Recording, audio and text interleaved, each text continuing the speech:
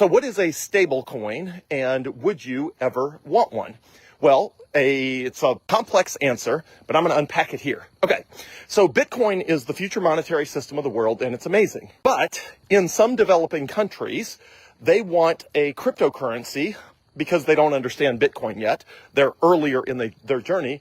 They want a cryptocurrency that is not plummeting like a rock, like their local currency. They're willing to put up with the loss of purchasing power of the US dollar because it's losing 4% a year, because their local currency is losing 40% a year. So if you are in a developing country, meaning a country that is poor today and hopefully not tomorrow, if you are in a poor country and you cannot stomach the volatility of Bitcoin, but you need a way to store value for the short term, and your local currency is collapsing, then stablecoins provide you a way of doing that because it is a cryptocurrency that is tied to the stable value of the US dollar. Now, if you are a US citizen, this brings you essentially zero value because you already have a currency tied to the value of the US dollar.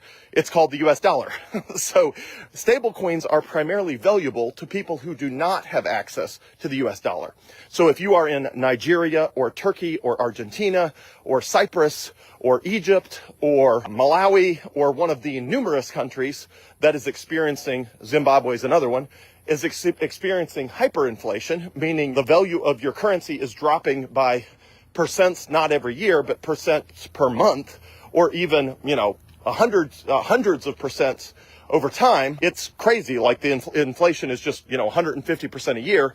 Your purchasing power is dropping like a rock.